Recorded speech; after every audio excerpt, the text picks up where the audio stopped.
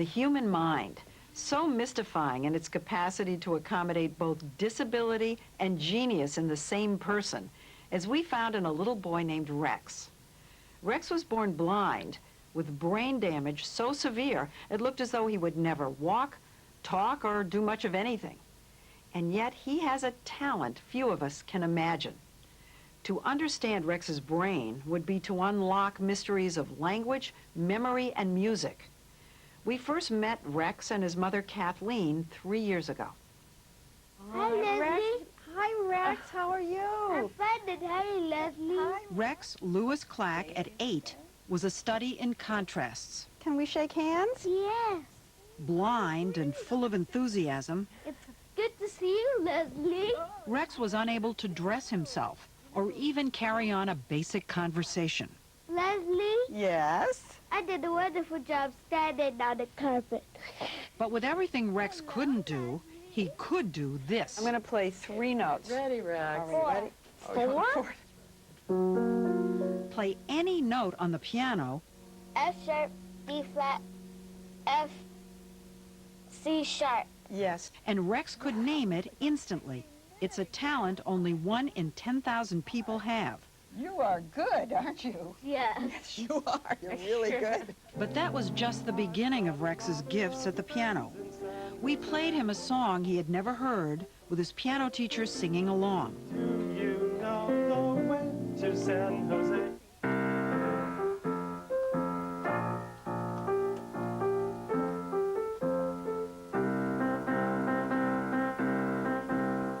Remember, he can't even see the keys. Rex is a musical savant, one of a handful of people in the world who share a mysterious combination of blindness, mental disability, and musical genius.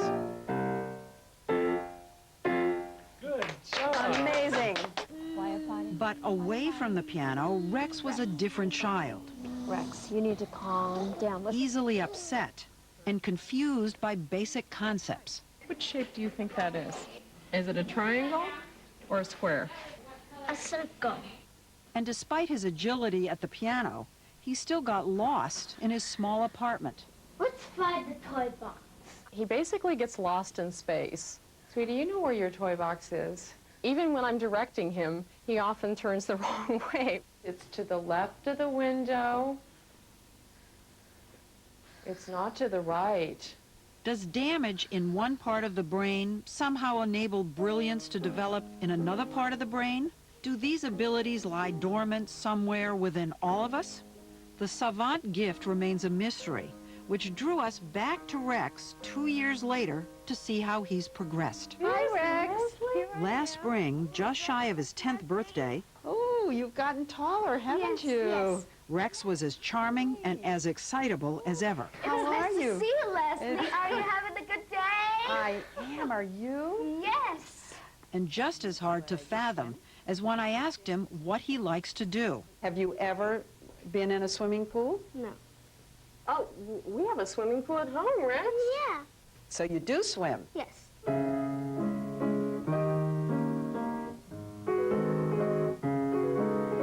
At the piano, Rex has improved dramatically.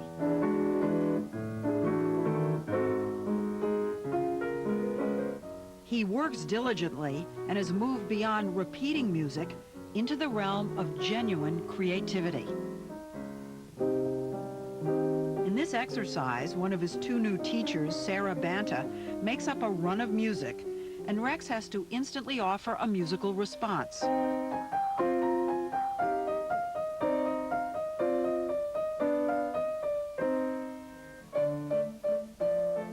Some days we get a volley that goes on for a long time, you know, like a tennis volley. Is it real improvisation? Real? Yes, it is. So, Rex, you're just making those things up that we just heard? Yes, Leslie. Wow. I love that. Rex was born with a cyst in his brain. He was blind, didn't learn to walk or talk, and he developed autistic-like symptoms, including hypersensitivity in his hands, which he kept curled up to avoid having to touch anything. It seemed there was little hope for Rex until his 2nd birthday, when his father gave him a keyboard. Does he love it right away? Does he take to it? Oh gosh, it was like he was being transported into another world. He started hitting it at first, and within 2 minutes, he was actually laying his hands on the piano and holding them there. This is at this time when he wouldn't touch things. still? Right, he wouldn't touch anything. And he was just like fascinated. You could see it in his face. Rex was instantly hooked. The keyboard was the first thing he wanted to do in the morning, and the thing he wanted to do even when his body couldn't do it anymore. And as his skill at the piano grew, so came other skills. Rex learned to walk and talk, even run. Look at you pulling me. All things he was never expected to do. You know, I used to brag that he could play Beethoven before he could say Mama, but that was really hard for me that he couldn't, you know, even say my name until he was... He really played Beethoven before he said Mommy. Oh, yeah. He was 3 when he played Beethoven. He was close to 4 when he said Mama for the first time. Kathleen believes music was Rex's first language, and that learning music actually stimulated his brain to enable him to make the strides he has, like learning to spell. D-R-U-M. And even ski.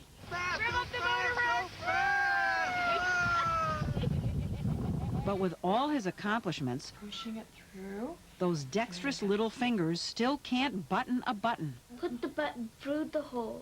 And real conversation continues to elude him. Emotionally, too, Rex is immature. Listen to my dynamics. But not so in his music, says David Pinto, his other new piano teacher, who specializes in working with the blind. When he hears me play something for the first time, he'll laugh. He'll go through all these emotions on his face. Forte! Pianissimo.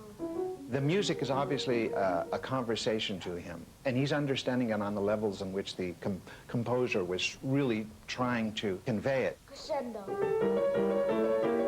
Crescendo. He's really resonating to the music. Now, to get that out into his hands, I think that's a challenge for him. No, no, no, no, big. So I'm teaching him that right now. Good. Good. And Rex is driven to learn, even the dreaded scales. But he gets really agitated We better try this again. when he doesn't get something just right. We need to try this over again. You know, I saw yesterday real frustration and annoyance when he kept missing notes. Yes. And he was angry at himself. I didn't even know he had that emotion in him. Yeah. Isn't that Because- good? Won't that push him to work on it, practice more, get it right? No, he naturally wants to make something right musically. Is it okay if we don't do it real good? Yeah. No big deal. David thinks Rex's frustration is counterproductive and has started turning the mistakes into a game. I deliberately had him go faster and faster, and I said, okay, now you're going to make a mistake. But if you make a mistake, all you have to say is, no big deal. Okay, stop. What are you going to say? No big deal. And he jumped further than he's ever jumped before. Oh, my God, you're doing it good. But if you make a mistake, what are you going to say? No big deal. Perfect. What mood is that? David introduced us to another of his students, 11-year-old Rachel Flowers. Rachel is also blind and a musical prodigy. David teaches Rachel piano. The flute, she's teaching herself. She picked up the flute 5, 6 months ago, and now she can play in a nightclub as a jazz flautist. She's just amazing. And she's improvising. Intellectually, Rachel performs at grade level, but she lags in social skills, focusing almost obsessively on music. There is this intriguing triangle of blindness, mental impairment of some kind, and it doesn't have to be the same, and musical genius. I think that gives us a clue about ourselves. A child who has a limitation has a direct access to parts of themselves that we have in us, but we don't have access to it. So it's all buried with us. Often have we had dreams where we did maybe spoke very eloquently, or as a composer, I've had dreams where I went through a complete concerto that was impeccable, and it just rolled off as a dream. Obviously, that means it's inside of us. Well, these kids can do that dream. There's just nothing in between it.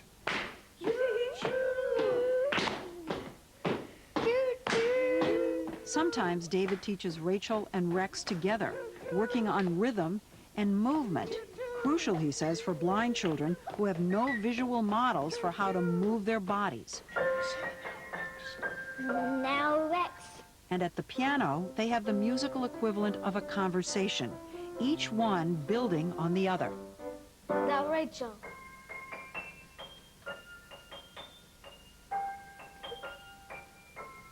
Now, Rex. When I first saw them, the first day that they crossed paths in their lessons, they had a little overlay, and I was just hoping that they would be able to do something together. Rex had never played at a piano with another child. It was hard for him to play with an adult at one piano, let alone a child. Outside of the music, do Rex and Rachel have any interaction? No. Does he talk about Rachel? No, he doesn't. But so it's not Rachel the person he's interested in. It's Rachel who's playing the piano with him. It's that Yeah. music, not the person. It's the music. Maybe down the road it'll be Rachel the person.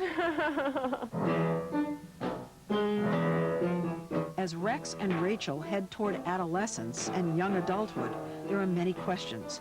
Will their remarkable talents continue to develop? Or will disability at some point get in the way? How far can someone with profound limitations like Rex's really go?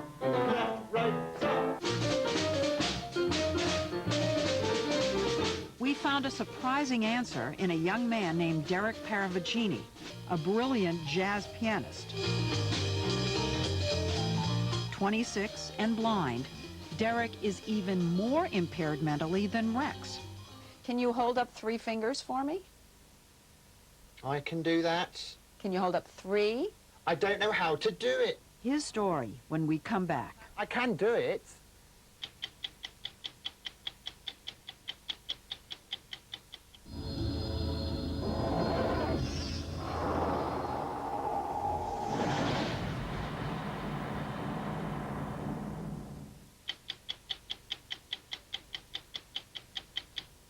Scientists have never done comprehensive studies of the brains of musical savants.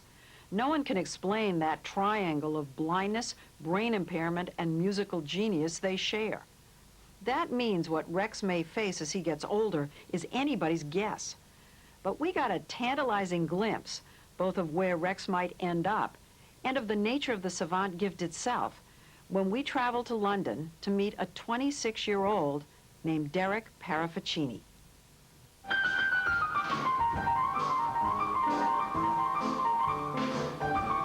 Derek is blind, severely mentally impaired, and one of the most astonishing musicians I've ever heard. And yet, a conversation with him goes something like this. Hi, Derek. Hi, Leslie. I'm Derek. Do you know that I come from New York in America? You do? Have you ever been there? I have. You've been to New York? Not really. It's hard to trust Derek's answers to yes or no questions, so I tried what I thought would be an easy one for a pianist. Show me your left hand.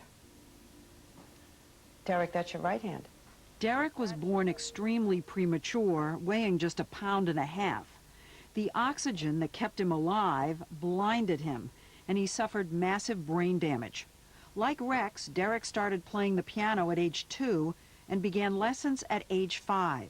His teacher was Adam Ockelford, who worked with Derek daily for more than 10 years. How would you describe his intelligence? I think he's still like perhaps a 2.5-year-old, 3-year-old in terms of what he can understand. He does not dress himself. Not on his own, no. Can he do a button? No, no. What about, this is a little delicate, can he go to the bathroom alone? No, he needs a gentleman to go with him, yeah. With all his disabilities, though, Derek remembers every song he's ever heard. He's like a living iPod. Do you remember remember the girl from Ipanema? He retains popular songs as easily as classical masterpieces. What about Beethoven's Für Elise? Can you play Für Elise? I can play that, yeah. And he doesn't just remember the music, he can transform it instantly and seemingly without conscious thought. Do you think you could play Für Elise as if Mozart had written it?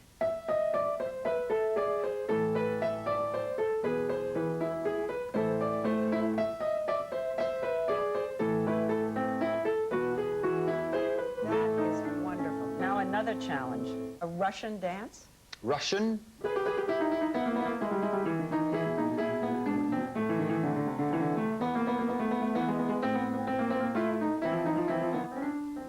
Derek, how do you know how to do that? I can't remember. Derek can't explain how he does what he does, but that sure doesn't stop him.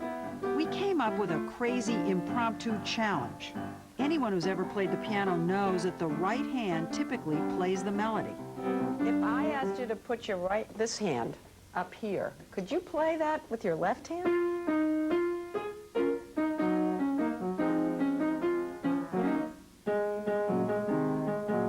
I've never seen that before. I mean, he wasn't just playing the melody, of course, being Derek. He was playing the bass line with his little finger and the tune with his thumb and still doing the accompaniment with the middle three fingers. It also shows how flexible his brain is, because normally his brain is sending the messages for the tune to his right hand, but it instantly rewired to make it fit with his left hand, and it's fantastic. I don't know anyone who could do that but you. Journey is long. Derek lives at a school outside London where young adults who are blind and learning disabled study music. The school provides housing and takes care of all their needs. No such place exists in the United States. Let's get this shoe back on, okay? Okay. For kids like Rex. His mother, Kathleen, has had to devote her life to him. Can you have quiet hands, honey? A Stanford graduate who became a high-fashion model in Paris and then a currency options trader, she was on the fast track. Now divorced, Kathleen takes care of Rex on her own. Are you, by nature, a patient person? No. I am the opposite of a patient person. I am not patient at all. You've just had to, I guess. That's exactly what it is. When you're given something that if you don't do it, it's not going to happen. I mean, he's changed, you know, the way I think, the way I react, everything. Now, Rex is 10. He is adorable. He's lovable. We're interested in what's going to happen to Rex when he grows up. I think that's the biggest challenge. The trouble is that Rex is, 10 now. In the next 10 years, all those other young folk are going to get better and better as well, so they're going to catch up with Rex. Yeah. And he's got to have something special when he's 20, when he's 25, when he's 30 that other people don't offer if he's going to really make his mark. And Derek has. I think Derek has exceptional talents by any standards. And that's no accident. Ockleford worked hard to enable Derek to turn his innate ability into real-world prowess. And he made Derek work hard, too, on technique. Learning to accompany others. I love you. And to shine when the spotlight is his.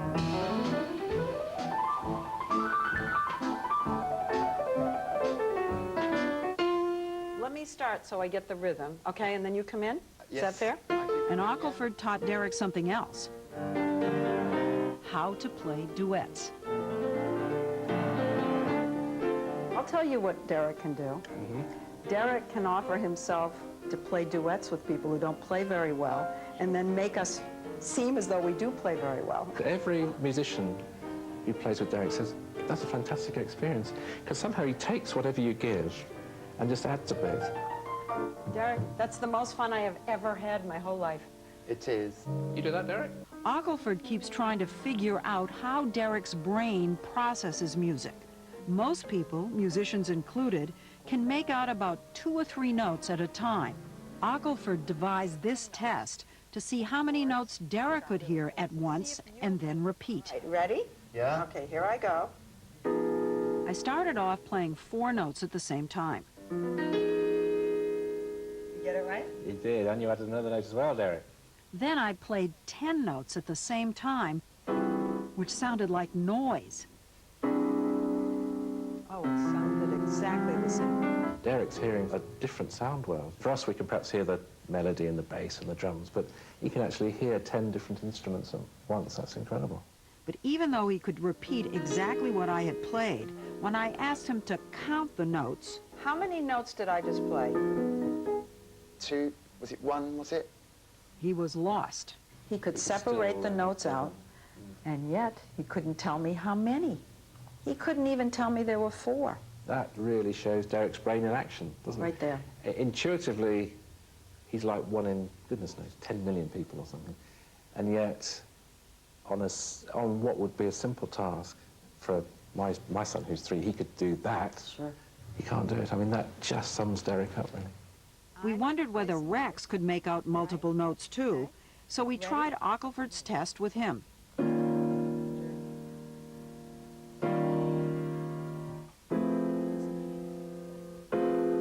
Excellent. Do you know how hard that is? Yes. And you did it. And you did it easily, didn't you? Yes, Leslie. It may be a gift common to all musical savants. I think the name of the song is Maiden Voyage. Rachel Flowers can hear a piece of music once and then play every instrument's part. She heard Maiden Voyage by Herbie Hancock once on a CD, and she came to me the next week and said, well, I love it. And I said, well, you want to sequence it? That means actually lay it down track by track. And what she did was she laid down the piano to Maiden Voyage. Oh, I love this song. Then rewound, and then she went to another track. Sounds like someone's playing drums. Using the synthesizer's keyboard, Rachel played the drum line to add onto the piano she'd already recorded. Stopped, went to another track and assigned that to a trumpet, did a trumpet solo.